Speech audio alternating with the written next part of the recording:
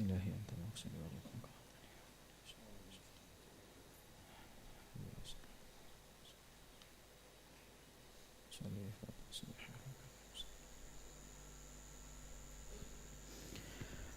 الله أكبر.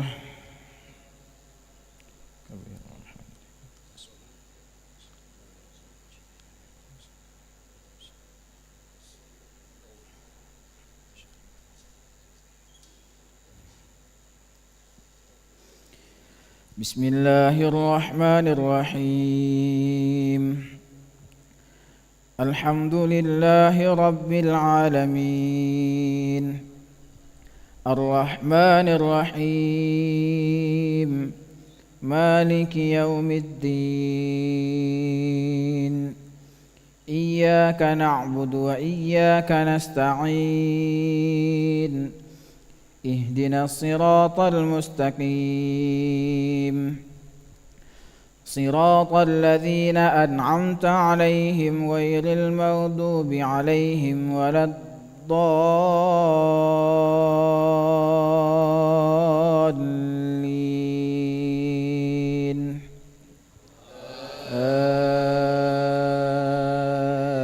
آمين.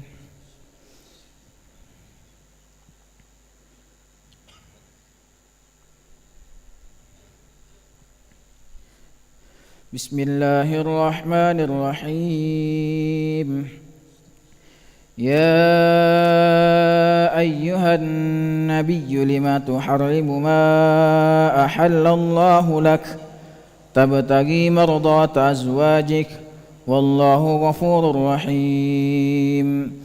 قد فرض الله لكم تحلة أيمانكم والله مولاكم وهو العليم الحكيم.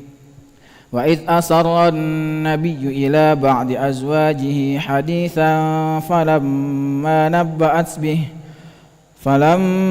نبأت به وأظهره الله عليه عرف بعضه وأعرض عن بعض.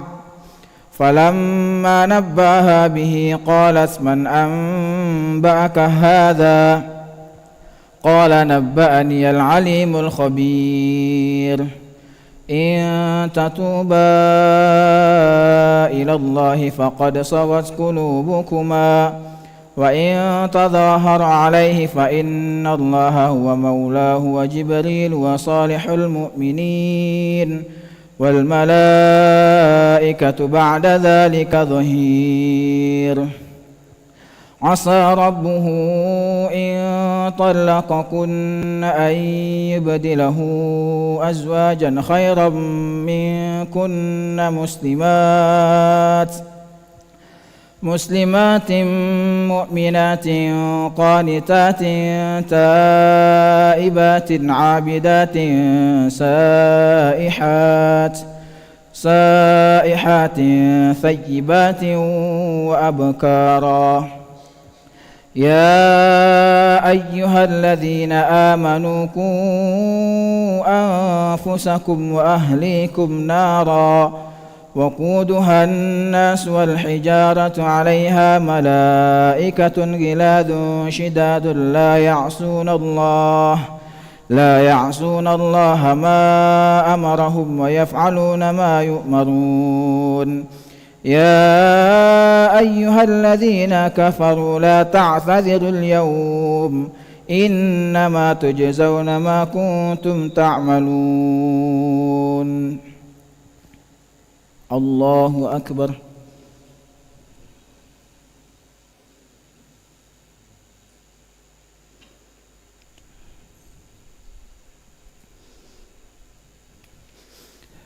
سمع الله لمن حمده.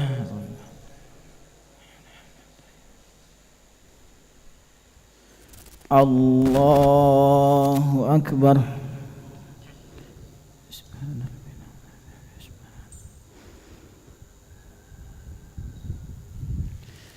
الله أكبر.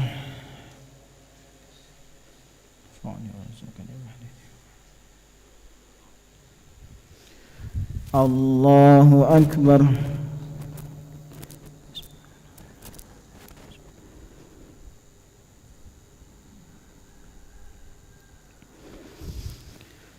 الله أكبر.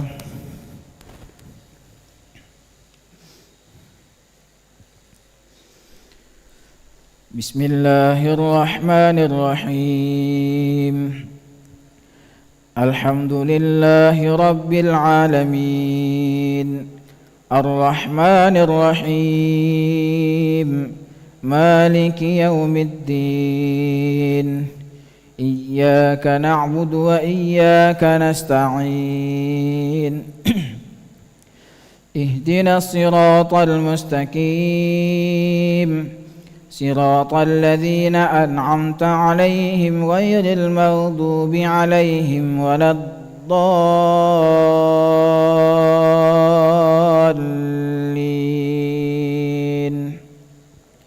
آمين.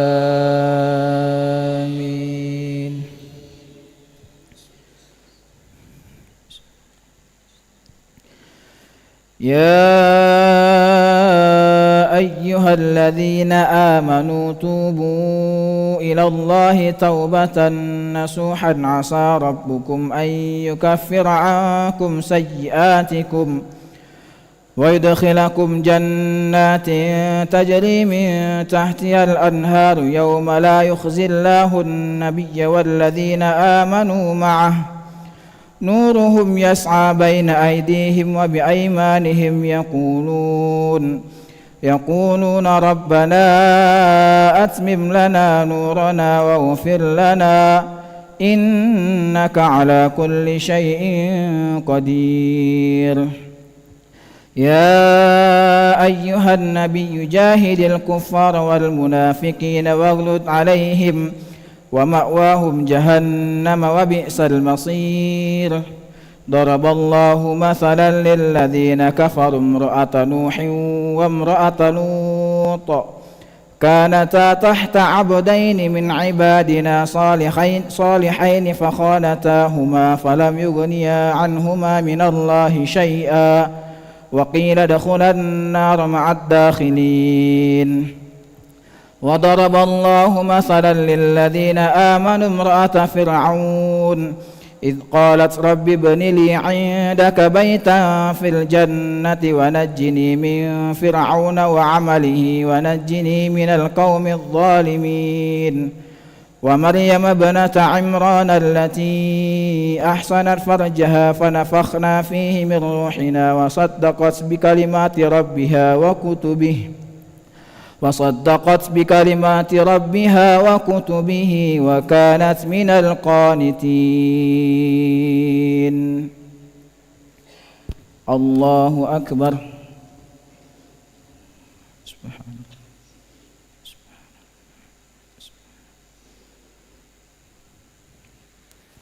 سمع الله لمن حمده.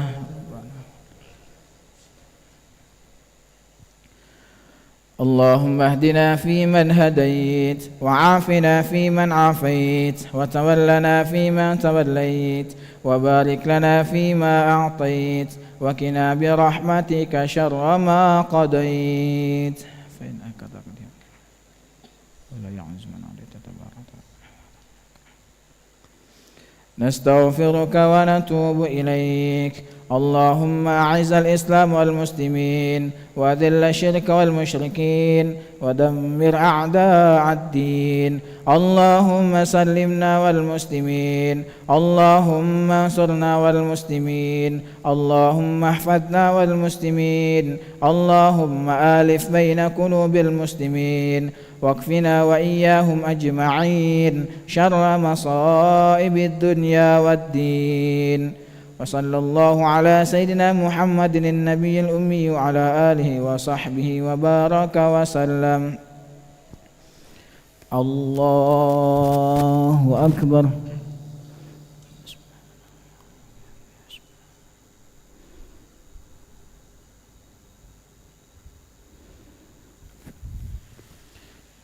الله أكبر.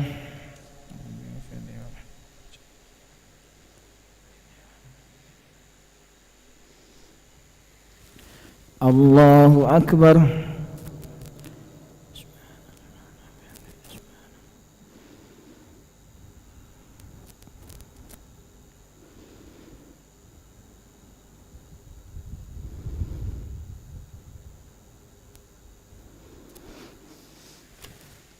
الله أكبر.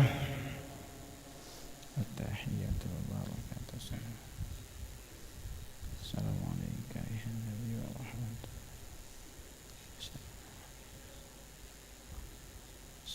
أشهد أن لا إله إلا الله.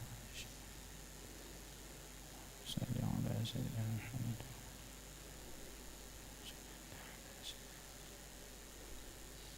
بارك على سيدنا محمد.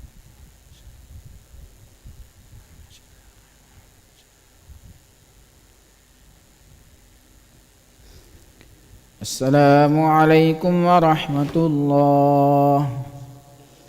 السلام عليكم ورحمة الله.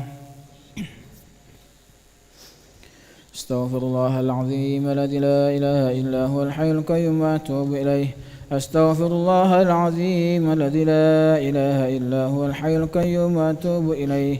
أستغفر الله العظيم الذي لا إله إلا هو الحي القيوم وأتوب إليه. لا إله إلا الله وحده لا شريك له، له الملك وله الحمد يحيي ويميت وهو على كل شيء قدير. لا إله إلا الله وحده لا شريك له، له الملك وله الحمد يحيي ويميت وهو على كل شيء قدير. لا إله إلا الله وحده لا شريك له، له الملك وله الحمد يحيي ويميت وهو على كل شيء قدير. لا إله إلا الله وحده لا شريك له، له الملك وله الحمد يحيي ويميت وهو على كل شيء قدير. لا إله إلا الله وحده لا شريك له، له الملك وله الحمد يحيي ويميت وهو على كل شيء قدير. لا إله إلا الله وحده لا شريك له، له الملك وله الحمد يحيي ويميت وهو على كل شيء قدير. لا إله إلا الله وحده لا شريك له، له الملك وله الحمد يحيي ويميت وهو على كل شيء قدير. لا إله إلا الله وحده لا شريك له، له الملك وله الحمد يحيي ويميت وهو على كل شيء قدير. لا إله إلا الله وحده لا شريك له، له الملك وله الحمد يحيي ويميت وهو على كل شيء قدير.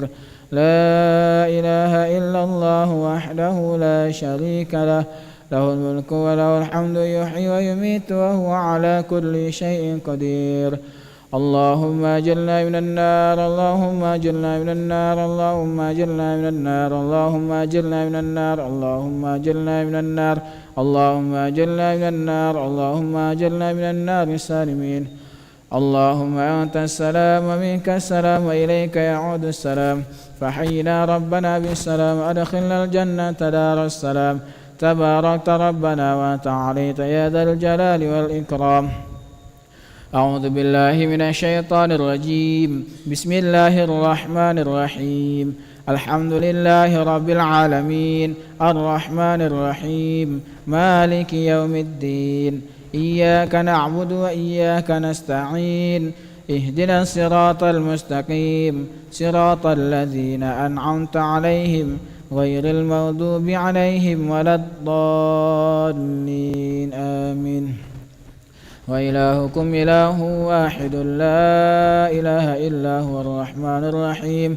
الله لا إله إلا هو الحي القيوم، لا تأخذه سنة ولا نوم، له ما في السماوات وما في الأرض. من ذا الذي يشفع عنده إلا بإذنه، يعلم ما بين أيديهم وما خلفهم، ولا يحيطون بشيء من علمه إلا بما شاء. وسع كرسيه السماوات والأرض ولا يؤوده حفظهما وهو العلي العظيم. شهد الله أنه لا إله إلا هو والملائكة وأولو العلم قائما بالقسط. لا إله إلا هو العزيز الحكيم. إن الدين عند الله الإسلام. قل اللهم مالك الملك تؤتي الملك من تشاء، وتنزع الملك ممن تشاء، وتعز من تشاء، وتذل من تشاء، بيدك الخير، إنك على كل شيء قدير. تولج الليل في النهار وتولج النهار في الليل، وتخرج الحي من الميت وتخرج الميت من الحي، وترزق من تشاء بغير حساب. إلهي يا ربي يا ربنا يا معبود سبحان الله سبحان الله سبحان الله سبحان الله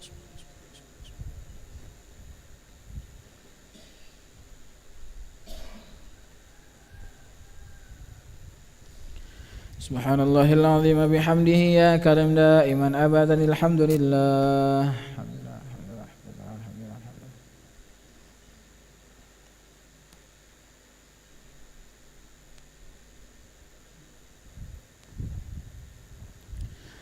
الحمد لله رب العالمين على كل حال وفي كل حال وبنعمة الله أكبر.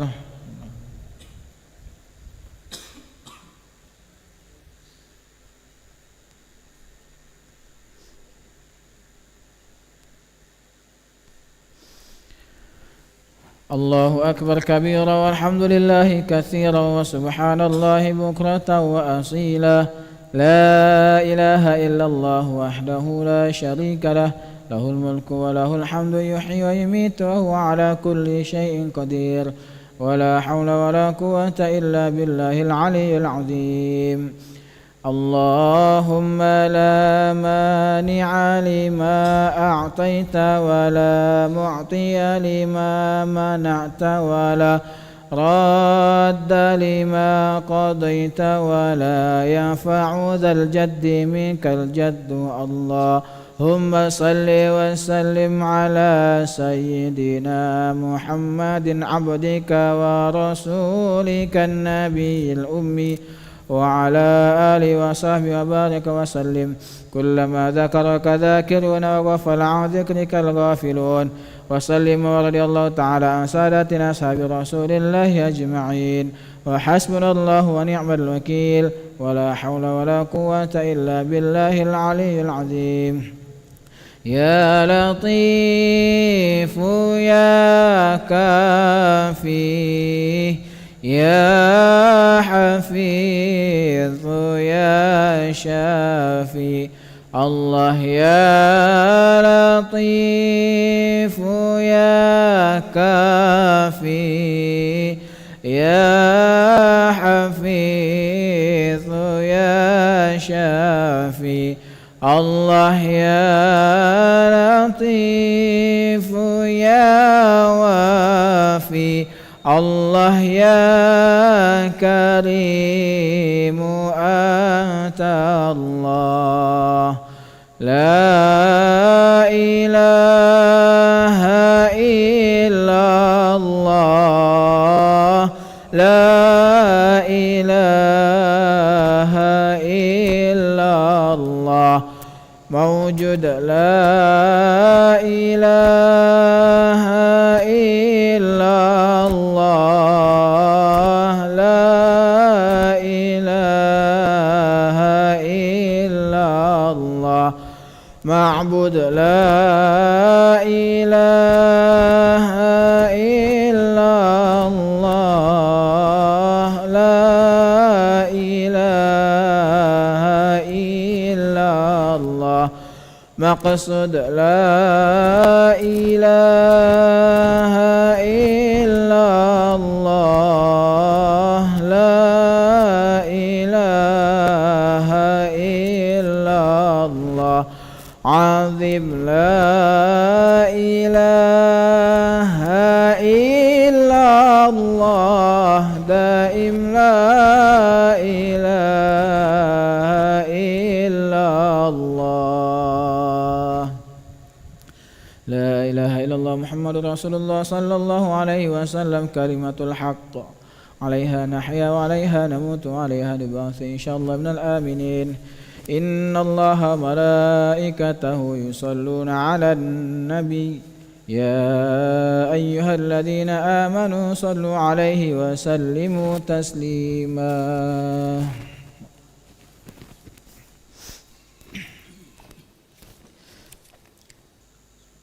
Assalamualaikum warahmatullahi wabarakatuh. Dilimkan Allah Subhanahu wa taala, akan kita bacakan beberapa hadis tentang pentingnya salat sunnah nafilah.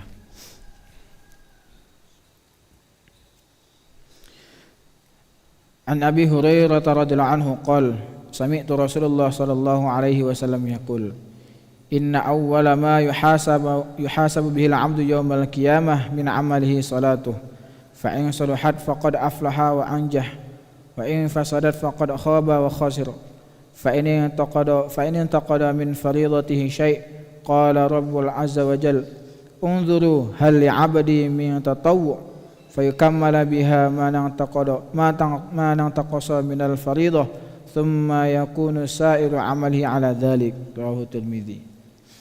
Dari Abu Hurairah radhiyallahu anhu, ia berkata, aku mendengar Rasulullah sallallahu alaihi wasallam bersabda, sesungguhnya amal seorang hamba yang pertama kali akan dihisab pada hari kiamat adalah salatnya. Jika baik salatnya, maka ia sungguh beruntung dan selamat. Jika rusak salatnya, maka ia sungguh kecewa dan merugi. Jika ada yang kurang pada salat fardunya, maka Allah Azza wa Jalla akan berfirman, lihatlah apakah hambaku mempunyai amalan salat tatawwu'. Lalu kekurangan pada salat fardunya itu disempurnakan dengan salat tatawwu'. Dengan salat tatawwu' tersebut, kemudian amal-amal lainnya akan diperlakukan seperti itu juga. Hadis riwayat Tirmidzi. An Abi Umamah radhiyallahu anhu anin Nabi sallallahu alaihi wasallam qala inna arba'ata awliya'i indi la mu'minun khafiful hawdhi dhu hawdhin minas salati ahsana ibadat rabbi wa ata'ahu fi sir wa kana ghamidan fin nas la yusharu ilaihi bil asabi' wa kana rizquhu kafafan fasabara ala dhalik thumma naqara bi isba'ihi faqala ujjilat maniyatuhu qullat bawakihi qalla turathu.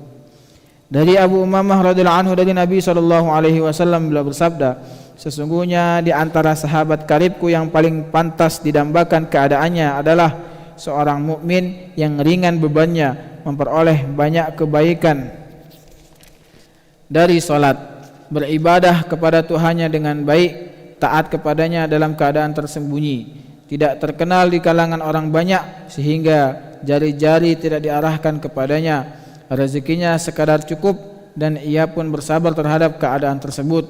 Kemudian beliau menjentikkan dua ujung jarinya dengan isyarat akan sesuatu yang sedikit dan bersabda, kematian disegerakan, sedikit orang yang menangisinya dan sedikit pula harta warisannya. Hadis riwayat Tirmidzi. Keterangan ringan bebannya yakni sedikit hartanya dan ringan tanggungannya terhadap keluarga. An Abdullah bin Salman anna rajulan min ashabin Nabi sallallahu alaihi wasallam haddatsahu qala lamma fatahna Khaybar akhraju ghanaimahum minal mata'i was-sabi faja'ala an-nasu yatabaya'una ghanaimahum faja'a rajulun faqala ya Rasulullah laqad rabihtu ribahan ma rabihal yawma mithlahu ahadun min ahli hadzal wadi qala wayhak wa ma rabihta qala maziltu abi'u wa abta'u hatta rabihtu 300 uqiyah faqala Rasulullah sallallahu alaihi wasallam ana unabbi'uka bi khairi rajuli rabih qala ma huwa ya Rasulullah qala rak'ataini ba'da shalah. Rawahu Abu Daud. Dari Abdullah bin Salaman rahimahullah bahwasanya salah seorang sahabat Nabi sallallahu alaihi wasallam bercerita kepadanya, ketika kami memperoleh kemenangan terhadap Khaybar, para sahabat mengeluarkan barang-barang dan tawanan yang menjadi ghanimah mereka. Orang-orang pun menjual belikan ghanimah tersebut. Lalu seorang laki-laki datang dan berkata, wahai Rasulullah, sungguh saya telah memperoleh keuntungan yang tidak diperoleh siapapun di antara penduduk lembah ini pada hari ini. Beliau bersabda, wah, keuntungan apa yang kamu peroleh? Ia menjawab, saya terus berjual beli sampai akhirnya memperoleh keuntungan 300 uqiyah. Rasulullah SAW bersabda, aku akan memberitahumu tentang sebaik-baik keuntungan yang diperoleh oleh laki-laki. Ia bertanya, apakah itu wahai Rasulullah? Beliau bersabda, 2 rakaat salat sunnah sesudah salat wajib. Hadis riwayat Abu Daud. Keterangan uqiyah pada zaman dahulu dinilai 1 uqiyah sama dengan 40 dirham. Alhamdulillah hadirin dimuliakan Allah Subhanahu wa taala, telah kita dengarkan beberapa hadis tentang pentingnya salat nafilah. Maka apa yang telah kita dengarkan, bagaimana kita niat mengamalkan dan menyampaikan insyaallah. أعوذ بالله من الشيطان الرجيم. بسم الله الرحمن الرحيم. الحمد لله رب العالمين، حمد الشاكرين حمد الناعمين، حمدا يوافي نعمك في مزيده. يا ربنا لك الحمد كما ينبغي لجلال وجهك الكريم وعظيم سلطانك. اللهم صل وسلم وبارك على سيدنا محمد وعلى آل سيدنا محمد، كما صليت وسلمت وباركت على سيدنا إبراهيم وعلى آل سيدنا إبراهيم في العالمين إنك حميد مجيد. اللهم اغفر لنا ذنوبنا وإسرافنا في أمرنا وثبت أقدامنا وانصرنا على القوم الكافرين. اللهم اغفر لنا ولوالدينا وارحمهم كما ربونا صغارا، ولجميع المسلمين والمسلمات والمؤمنين والمؤمنات الأحياء منهم والأموات. اللهم ربنا تقبل صلاتنا وصيامنا وقيامنا وقراءتنا وركوعنا وسجودنا وقعودنا وتخشعنا وتضرعنا وتعبدنا وتمم تقصيرنا يا الله يا رب العالمين. اللهم إنا نسألك رضاك والجنة ونعوذ بك من سخطك والنار. اللهم إنك عفو كريم تحب العفو فاعف عنا. اللهم بك أسبحنا وبك أمسينا وبك نحيا وبك نموت وإليك النشور. اللهم إنا نسألك من خير ما سألك منه نبيك محمد صلى الله عليه وسلم، ونعوذ بك من شر ما استعاذك منه نبيك محمد صلى الله عليه وسلم، وأنت المستعان عليك البلاغ ولا حول ولا قوة إلا بالله العلي العظيم. اللهم اكفنا بحلالك عن حرامك واغننا بفضلك عما سواك. اللهم ارزقنا زيارة المكة والمدينة مع السلام والعافية برحمتك الواسعة يا أرحم الراحمين. ربنا ظلمنا أنفسنا وإن لم تغفر لنا وترحمنا لنكونن من الخاسرين. ربنا لا تزغ قلوبنا بعد إذ هديتنا وهب لنا من لدنك رحمة إنك أنت الوهاب. ربنا هب لنا من الصالحين، ربنا هب لنا من الصالحين، ربنا هب لنا من الصالحين، ربنا هب لنا من أزواجنا وذرياتنا قرة أعين واجعلنا للمتقين إماما. ربنا آتنا في الدنيا حسنة وفي الآخرة حسنة وقنا عذاب النار. وصلى الله على سيدنا محمد النبي الأمي وعلى آله وصحبه وبارك وسلم بفضل سبحان ربك رب العزة عما يصفون وسلام على المرسلين والحمد لله رب العالمين. صلى الله على محمد صلى الله عليه وسلم. صلى الله على محمد صلى الله عليه وسلم. صلى الله على محمد صلى الله عليه وسلم. صلى الله على محمد.